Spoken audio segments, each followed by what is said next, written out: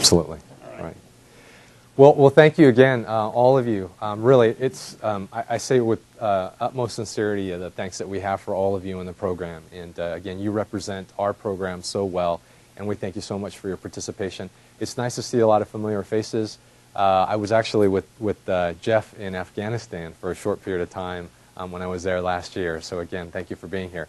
One of the things I do want to note is we are recording the session today, and so you will be on camera with your permission. We will be recording the panel sessions and all the events during the day.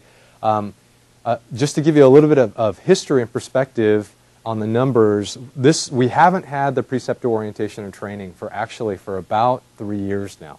And that has been because of some funding constraints, and those of you that are in the Army or in the military know that there's been very tight restrictions on conferences, and so they're beginning, I think the pendulum's beginning to swing in the opposite direction on that, or the other direction, and so we're very happy to actually have the event, to be able to sit down with all of you and just have some great dialogue, some great discussion involving the residency year. And this will be available to our other preceptors that aren't able to make it this morning. Just to give you a little bit about myself, I have been in the program for about 6 years now. I'm hitting my 1-year anniversary as program director. I'm very happy about that, just to be able to go through and see the full spectrum of activities that happen in the program. Hopefully next year there won't be as many surprises because I'll have seen it. The way that our program is structured, as you know, it's 1 year didactic, 1 year residency, and so it's quite a churn. So for a lot of the faculty, it's like Groundhog's Day. Things come around very quickly for each of us. But very happy to serve in this position. I am class of 2003, and so Chris and I actually were students together, sat next to each other, shared lunches, that kind of thing. And so again, very happy to be back in the program on this side of the podium. This is our agenda this morning. I'm not going to take a whole lot of time, but I'm going to walk you through a little bit about our past, and and many of you actually in the room know a lot of this information. But we're going to talk about our past as a program. We're going to talk about our present, and then briefly some initiatives moving into the future, and hopefully gives you an overview of our program.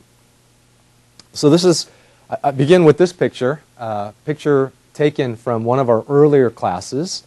That's there. We have a running joke in the program that some of our faculty members are not in this picture.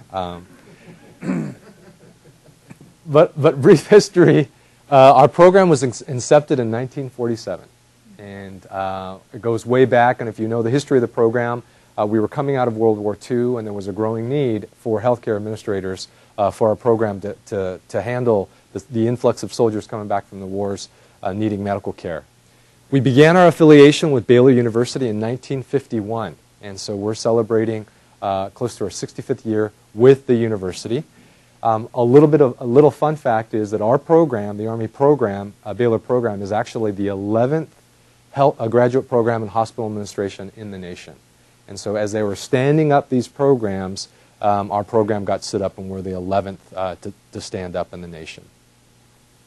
We constantly evolve the program, and that's one of the important reasons why you are all here, why we really want to invest the time, and I believe you have all taken the investment to come, is that the program continues to change. So how many folks in the room have served as a preceptor for more than 10 years? Is anyone? Okay, so more than 5 years. Okay, both Lowell and General Wagner understand that probably through the years of the precept, there have been some changes of the program in terms of how we've conducted the administrative residency. And so because of that, we feel the need to gather around and have the time and the opportunity to speak with you all. Another little fun fact in terms of a name change, our program for the longest time was the U.S. Army Baylor Graduate Program. Several years back, some of our faculty member, I think Lee Bewley actually and Kevin Broom, realized that strategically if we took off the U.S., because everyone assumes the U.S. in front of Army, alphabetically we'd be at the higher top of the list when we actually go into different programs. So we've changed our name, and so it's the Army Baylor University Graduate Program in Health and Business Administration. Our program has gone through a number of evolutions in terms of the length, credit hours, and residencies, and I'll talk briefly about some of those changes as we go through the slides. We did add an MBA in 2005 to the program. The actual partnership of an MBA began in 2001, and the reason why I know that is because Chris and I were the first to go through that program. But that was actually conducted outside of Army Baylor. So we actually conducted the MHA portion the first year, and the MBA portion was actually, we conducted at UTSA. And so we did that in conjunction with our residency for that second year. The program did that for about 3 years, realized that there may be some cost savings and some efficiencies if we just brought that in-house and brought in the faculty and expertise to support that. And so now we have both the MHA track and the joint MHA-MBA track, and we have an additional track which I'll mention here in a minute. We've made some changes to the curriculum in terms of sequencing. At one point in time, we had some distance learning classes for the MBA that took place during the residency. Found that the students said, just give us the pain up front, like don't prolong the pain. And so we've made all their MBA credit hours are in that first year, no distance learning classes in the second year in the residency, and so that was another tweak that we made to the program. One thing I do want to note too about the faculty is, if you look and compare our faculty to civilian faculty, we have quite a bit of turnover. And so because of the military PCS cycles and such, our average faculty tenure, if you don't count some of the folks that have been here a long, long time, is about 3.4 years in terms of the amount of time that our faculty spend. We've got new faculty coming in, and I see it as both a positive and negative. On the negative side, to a certain extent, you have that turnover. But on the positive side, certainly what I've noticed is that whenever new faculty come in, they're hungry. And so they come into the program just coming out of their doctorate, so they're very current with the literature. They come into the program and they say, you know, have a lot of questions. You know, why do we do it this way? And what I think that serves is, with that fresh blood coming into the program, we're constantly asking the question is, how can we improve the process? How can we improve the program? And I think that's benefited us tremendously, and I think we've seen a lot of fruit from that. Okay, so let's transition to talk about our present and what the program currently looks like. This is a picture of our class. We have quite a few students, as you can see. Let's talk first of all about Baylor University and our affiliation there. Baylor University is ranked number 71 in the nation, certainly in the top tier of national universities in the country. We show that to our students, and they said, number 71, why are you even showing that number? But that's actually out of 2,000 plus institutes of higher learning in the nation. And so it is something to be proud of. We are actually tied, Baylor University is tied with these other universities, American University of Iowa, University of Minnesota, and Virginia Tech. So again, really ranked very strong in the nation. The picture that you see here is actually the picture of McLean Stadium. That's the new Baylor football field that they just built and just opened last year. If you're following, you know, kind of the Baylor Nation, you know who this gentleman is, RG3. You know that Ken Starr actually is celebrating his 5th year anniversary as president of the university. Interesting story, when I went up as a student, Chris and I and several others in our class, the only time we would go up is for research day, because you'd never go up for athletics, right? So we went up there for research day, and as we were touring, they did a campus tour. They showed us the bell tower on Baylor University, and they said whenever they win a home football game, they ring the bell. And then the tour guide, without skipping a beat, said, you know, that bell rarely ever goes off. And that was in 2001, and now, you know, the bell is like, you know, off the chain, as they say. I mean, because the Baylor University has just done a phenomenal job athletically. 9 faculty members just were up in Baylor University several weeks ago. We did a staff ride up there to visit with their staff, and it is the transformation on the campus, if you haven't been up there in years, is phenomenal. It's unbelievable. So they kind of rolled out the red carpet for us. We had lunch at the clubhouse at McLean Stadium, and what Dean Lyon said, the dean of the grad school, and he will be here this afternoon, is he said that it's very surprising, but he said that success, and we all know this, but success begets success. And what's happened with the university is, with all the success that they've had on the playing field, that's translated to a lot of donors. Everyone wants to be a part of the winning team. And so they're building a new business school. I mean, there's a lot of dollars that are being poured into the university right now. And so we feel very fortunate to have this partnership, particularly at this time, because the elevation of the university is really growing on a national scale, and I think we're benefiting from that as a program for sure. So let's talk about our program in particular, the MHA program.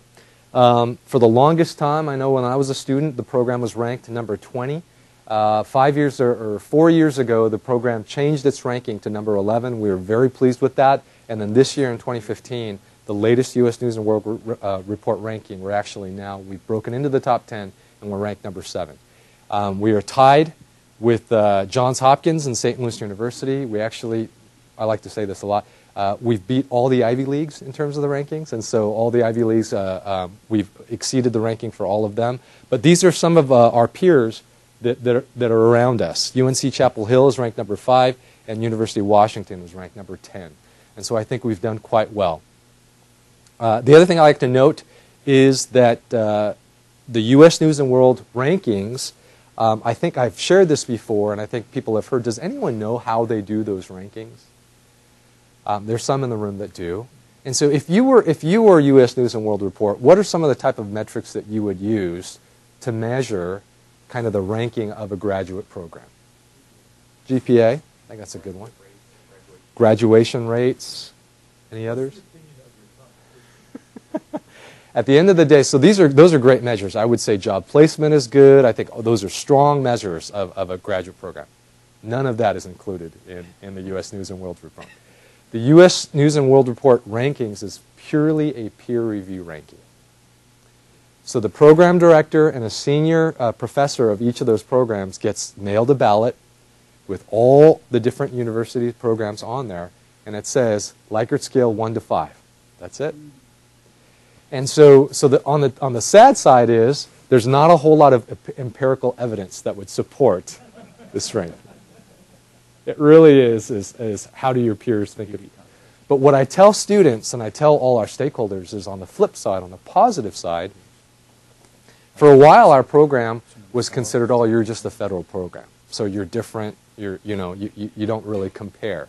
And what I say is that really is not the case, because who were the folks that gave us this ranking? It was these other universities. And so really on that side of things, that ranking, I believe, is great in the sense that it represents the marketplace's perception of the program. And even though there's not a whole lot of empirical evidence behind that, it certainly captures our reputation in the field. So I think that bodes very well for the program, and particularly the students, as they go out into the marketplace and seek job opportunities. Our program is known. The marketplace knows the quality of our program and the quality of our students and our alumni, faculty, to include our preceptors, and I think it's a great thing. The other thing that I'm happy to report is that we just went through our CAMI accreditation visit. That visit took place in December. I took over the job in June, and our visit came 6 months later. Our visitors came so that was a fun time. I'm glad to be on this side. We actually, in April, we received word that we've received our 7-year, the longest accreditation that CAMI affords, so we received our accreditation for the next 7 years. Very happy about that. Army Baylor, the MHA MBA program, the business side of the house, the Baylor Business School is ranked top 15% in the nation. Again, strong relationship there. That's Gary Carini, the Associate Dean of the Business School. And this picture is actually a picture of the brand new business school that they're building up on main campus. And so we see a lot more opportunities to partner with our affiliation partner, Baylor University, and partnering with the business school is another area that we see some opportunities there. Won't spend a whole lot of time here talking about mission, vision, theme, and values. I just want to point out a couple of key words in each of these statements. One, in terms of the mission, There is a focus on the federal healthcare executive. So as you all know, no one can just apply off the streets into our program. We do have the range of federal healthcare represented from Army, Navy, Air Force, Coast Guard, Veterans Administration. Another great thing about our program that you all know very well is it's interdisciplinary. So most graduate programs that are out there actually have administrators that are taking it because they want a degree in healthcare administration. Our program has, as you know, administrators, nurses, physicians. There will be a growing number, and I'll tell you a reason why, physical therapists, allied health folks that come in, which makes for a very rich experience. The other word that I want to point out here is this word leaders as it relates to mission. I say that is because with permission, I teach at some other universities. So the command is authorized. I have off-duty employment, and once a year I teach at Trinity University. But the comparison between our students and those students is pretty striking. And if you know graduate school, the average years of experience for a grad school student is, what would you guess in terms of the average number of work experience for the average grad school student? 1 to 2 years. So our students have, on average, 11 years of work experience. And so they are coming to us as leaders. They are not coming to us as, straight out of undergrad. And so I tell the story quite a bit. When I teach these classes, I teach an organization behavior class at Trinity, and I said, and we talk about leadership. So I said, can any one of you give me an example of a time where you were in a formal position and you had to deal with some challenging situation and leadership approach that you used? And this has happened 3 times. But a student has raised their hands and said, when I was a resident assistant on the dorms, there was this issue that broke out and I had to, and nothing against that. That's a valid leadership experience. But when I asked that same question in our classroom, in the Army Baylor classroom, those stories, always start with, so there I was. It's like the magnitude, the magnitude of the difference of the experience that our students bring to the program is day and night compared to the civil programs. And I think all of you, as preceptors, appreciate that difference of the quality of the students that are coming to your organizations. In terms of vision, I want to focus on this word, progressive. We really, I think there may be some perception that because we're a federal program with an emphasis on the federal healthcare sector, that it's very hierarchical, and we teach our students that, this is what you should learn, X, Y, Z. No, the emphasis here is on progressive leaders. We realize that military medicine and federal medicine has a lot of issues and challenges, just like the civilian healthcare system does. And so old solutions will not work. And what I tell our students is, if healthcare was easy, it would be fixed by now. And so there are a lot of challenges out there, and we need to train our students to think innovatively and outside the box. In terms of our theme, again, I believe we are the home of executive healthcare leadership development because we don't start with a blank slate. We start with leaders, and you see our values there. A few minutes here to talk about program tracks. Now, I think everyone's familiar with the MHA program. This has been kind of the bread and butter, what we've done for a long time now, 2 years with 1 year didactic, 1 year administrative. Total credit hours there are 66. We have a joint MHA MBA program, and you saw that started in 2005. This is the same structure as the MHA, but with increased course load, and the total credit hours there are 87. And in both the MHA and the joint MHA MBA program, 9 credit hours are in the residency, and the remaining are in the didactic. This MHA Executive Clinical Leadership track, I'm very happy to actually to share this with you if you have not heard. This Executive Clinical Leadership track is actually a 1-year MHA, and the focus is actually on senior clinicians. There were some concerns, I know some of our stakeholders, that administrative residency actually adds so much depth and there's so much richness to that our students were losing that. And we realize that as a program, and I think our key stakeholders realize that as well. But the challenge that we have in federal healthcare is for senior clinicians, 2 years into the program is in many cases a bridge too far. So when we've talked to the consultants, they've said, I can't lose my doc for 2 years because it's productivity that's out the door. And not only that, there's a degradation in hands-on clinical skills.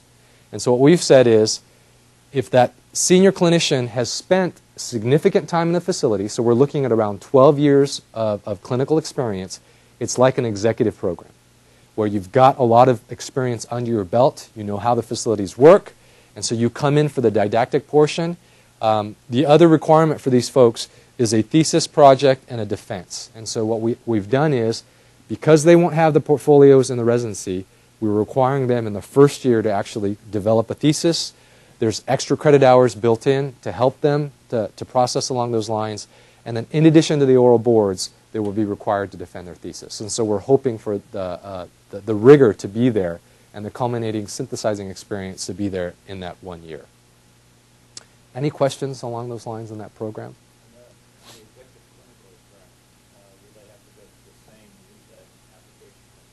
Yes. So it's the same process. This year it was a pilot, and so there was a message that went out to the field. We did a very quick kind of internal assessment academically, and then the consultants and the core support, the core offices were the ones that managed the selection process. And so, but there will be an LTET message that goes out in the same time that the other programs go out to release.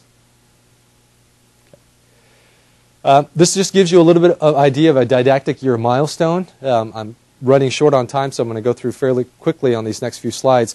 I just want to show you the number of credit hours down below. The parentheses represent the credit hours that are shown. The first number is the MHA. The second is the joint degree. And then the last is, the second is the executive clinical leadership track, and the last is the joint degree. What I tell the students when I show this is their eyes start to pop. I say the MHA students you see kind of drops off, but the joint degree students, your life is going to be fairly miserable academically the entire time. So they know that there are trade-offs in terms of getting that joint degree. I do want to spend a minute here talking about competency development for all the preceptors. Our goal for our students, we're using Bloom's taxonomy, which essentially talks about the different levels of learning. We assess the development of competencies at the knowledge level, which is the baseline level, the application level, which is the next level, and then the expert level. What we'd like to tell all our stakeholders, including the preceptors, is we don't anticipate or expect any of our students to reach the expert level. So when we're talking expert level, we're talking published leaders in the field. These are folks that are actually consulting on the topic, that are going around and making the rounds. And so what we really like to see is at the end of the didactic year, they are certainly high knowledge and application, and then when they get to the residency year and you all meet them, that you are really focused at the application level, of getting them projects that are geared towards really letting them know how to apply the tools that they've learned in that first year. Very busy slide, but this just shows you some of the residency options that are out there. We've got a lot of choice and selection for our students, and they have a lot of different places they can go. Our residency chair have done a phenomenal job, Colonel Beauvais in the back and Colonel Kyler, in making these relationships. Just done a phenomenal job. But I tell folks as well is that they've done a great job, but they have one of the easiest jobs in terms of a salesperson in getting these relationships. Because when we go to these facilities, like Hopkins or Cleveland Clinic, and say, how would you like an experienced leader with 11 years of experience, understands how to work with people, understands how to deal with people, who has a year of didactic training, working projects in your facility for free? And so it's a pretty straightforward, easy sell. And I think all of you in the room understand the benefit of having these individuals with you and what they bring to the table. I think I can say without hesitation that I believe the Army BLA program has the strongest residency portfolio in the nation, hands down. Most graduate programs in healthcare administration, their relationships with residencies are in the local areas that they build very strong relationships with. Ours are worldwide. And at each of the top facilities and systems in the nation, to include those that are represented in this room. Okay. I've had multiple of those organizations put that onus back on the student, where they have to go find their own residents. Right. And so I've proctored several from other places. Right. And so it's a challenge. A lot of universities, programs, for those students, again, they have to find them, or because a lot of these residencies, they have to pay the students. The employer has to pay. And so there are some challenges there with that. Our future. And so this is just one of the classes that we have. I'm just going to spend 1 minute. There's one slide, then I'm wrapping this up. So looking forward, what are some of the initiatives that we have in the program that we could look forward to? Well, one, I want to just note to everyone that we should see an increased numbers of clinicians through the executive clinical leadership track. That program the word of the program is spreading like wildfire. I spoke with the consultant for the medical corps, and I asked him, how many physicians do you anticipate there being a demand to come to this track? And he said, fairly without hesitation, about 10 a year. And so historically, we've had one, maybe, physician come through. There have been some anomalies, but we see a lot of growth. That's just the physicians. The nurses with advanced clinical degree, there's much demand there. We have a pharmacist who's coming through as one of the pilot students, and so I think there's a lot of opportunity here for those folks coming through. Yeah. Will you use those candidates as maybe some sort of mechanism for finding a certain number of them, a couple of them that become the resident, the full class track with the 2-year? Yes, and so I guess the big concern that most folks have had when talking about the 1-year track is it going to cannibalize the 2-year track? At least in this first pilot experience, we have not seen that happen. We'll see. We'll certainly monitor that to see if that happens. But again, if you're looking at a senior clinician with 12 or more years of experience, it's a totally separate target. Those folks we're not even capturing. I mean, they're not coming. And so the ones that need to come will still continue to come to the 2-year track because, as you know, for the medical service corps officer, for a healthcare administrator, our course is an area of concentration producing school. They have to come to us in order to get that designation. And so I don't think that that's that big of a threat. But what I do feel is what you just said, is that more and more people come to our program understanding that within the military healthcare system, a lot of our commanders are clinicians. And so I think that they'll be in the program, they're going to drink the Kool-Aid along with the rest of the students, find out the value of the program, and I think word will spread both for the executive clinical leadership track as well as the traditional 2-year track as well. Sir? And then. I think that, there were some classes where we didn't have very good clinical representation. And right. Like you were talking about before, having that clinical representation in the class is part of the educational process for the students. Right. Because we don't have a whole lot of clinicians on the faculty, right. generally speaking, and so having those clinicians in the classroom and working with them in small groups and things like that really is an important part of the overall education. So I think that this will improve the program just by having that clinical exposure with clinicians in the classroom for the historically administrative side of the house. Absolutely. So this year we've got 3. We've got a senior physician who is an 06. We've got a pharmacist who's an 05, and then we've got the nurse who's an 05 that have come in that are senior. And so again, the demographic will begin to change. We'll have more experienced folks, both clinically as well as work experience, and I think absolutely will add to the richness of the learning environment. And also, I'd like to say that I don't think that the executive track will be a disincentive for physicians and clinicians to come to the 2-year program, because there's in talking with some of the people that are considering both programs, the residency piece is a very big piece that they like to consider. So depending on where that physician is in their career and what goals they're trying to achieve, oftentimes if they're already a senior clinician and they're trying to come to get an MHA or an MBA, they're going to be tracking to be a senior leader in our healthcare system. So getting them exposure to maybe some of our sites like Hopkins and Cleveland, more importantly, a lot of the civilian sites, will definitely serve as a complement to their leadership abilities and their understanding of how healthcare works. So I really think that, it wouldn't necessarily be a disincentive. Yeah. Any other questions or comments about that? Okay, this is one area that I think that there's proponents for, and there's folks that are very opposed to this. I've had several conversations, but we've been asked by our commanding general at the AMED Center and School to actually develop an online program. I think all of you are aware this is the future of education.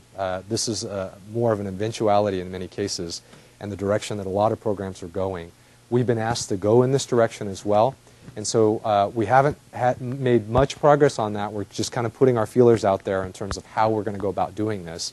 I will commit to you that as long as I'm program director, that the online program will have CAMI accreditation. I mean, I'm not willing to seek an option that does not come with accreditation. We're going to have one program, and CAMI will be an accredited program, and that's how we will design it. But again, there are concerns that an online program may cannibalize the 2-year track.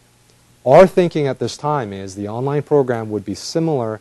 The qualifications would be just like the executive clinical leadership track. So we would be targeting that market of individuals that we wouldn't otherwise reach. And so that is the line of thinking. I'll kind of leave it at that, and I'm certainly welcome to hearing your thoughts and your opinions on that. And then lastly, as a program, I think it's been said before, you know, in academic programs, there are 3 pillars: teaching, service, and research. And as a program, I think historically we've been very strong on the teaching and the service side of that 3-legged academic stool, not so much on the research side. So I've certainly had a passion. I think a lot of our new faculty that are coming in and faculty members have a passion for research. One of my soapboxes is, I think as a federal healthcare sector, I think the VA does a phenomenal job as it relates to health services research. They've got research centers of excellence that their whole job and funding is focused on how to study the system and how we can improve the delivery of care. In the military health care system, I think that has been a shortcoming for quite some time. We do a great job, I think, in clinical leadership, clinical research, traumatic research on traumatic care.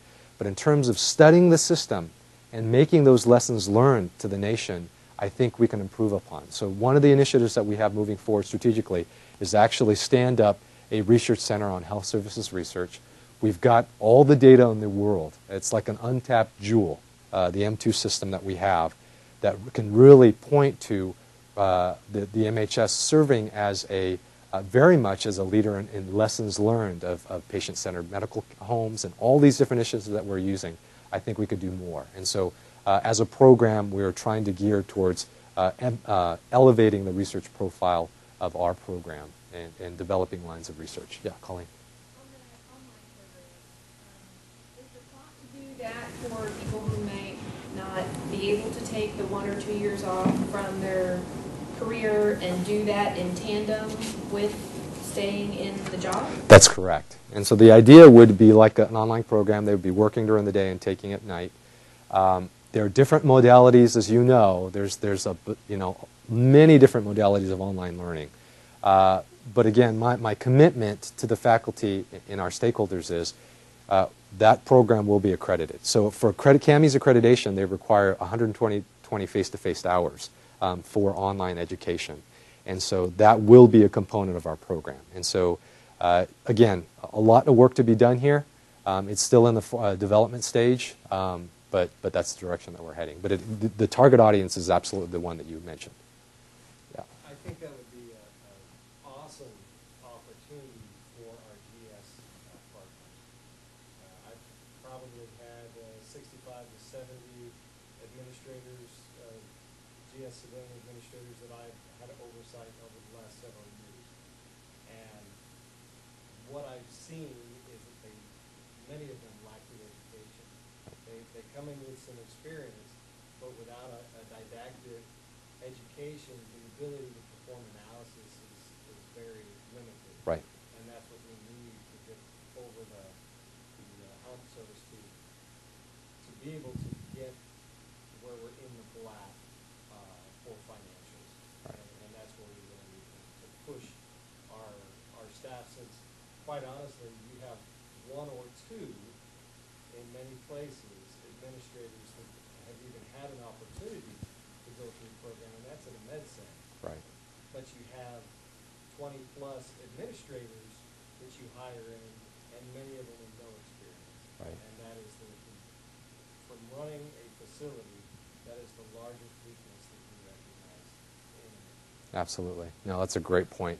So we do have DA civilians that do come through our program, but there are so many more of them than there are slots. And so this would be an opportunity to reach that audience.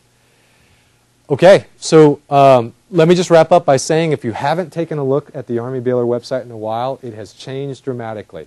Thanks to Jason Richter and Lynn Downs there in the back, a faculty member. Totally revamped the website. We've got a lot of great features. There is a news feature. If you click on this tab, there's news, and we try to update that monthly with different happenings of the program, so it's a great way of keeping track of us. As well as within the top sectors, there's an area for future students in the residency program. There's actually a drop-down box that says connect with the didactic year student or connect with the resident. It's a great marketing tool and an information tool for those of you, for our preceptors. If you have other students that are interested in the program, point them to the website, have them do that connect to a student link, and they can connect directly with someone that matches their demographic, their profile, and our students are, as you know, strong advocates and happily share their experiences in the program. So another great way to market the program and let others know about what we do and who we are. Okay. Will you consider having alumni as well? You know what? That's a great idea. So, so Don's not here, but well, I will ask Don to make sure make that a part of, and then Tanya, of course, if we can, we'll make that a part of that. I think that's a great idea. Because I think, especially as a student, what I saw that individuals didn't realize how good of an education Army Failure is Right. until after and later. That's right. In dealing with other people. After the pain subsides. So you may get a little more support from alumni. That's a great point. The other thing that I would add, in addition to the alumni, I would add a link for contact with faculty members. Okay. You know, so Okay, that's a great idea. I'll think about that one. My faculty members might oppose me on that initiative. yeah, exactly. Okay, I have run out of time. We'll have again, the whole day is reserved for dialogue and discussion, these types of questions. Again, thank you so much for being here. I really appreciate your strong support of the program. And with that, we are going to transition and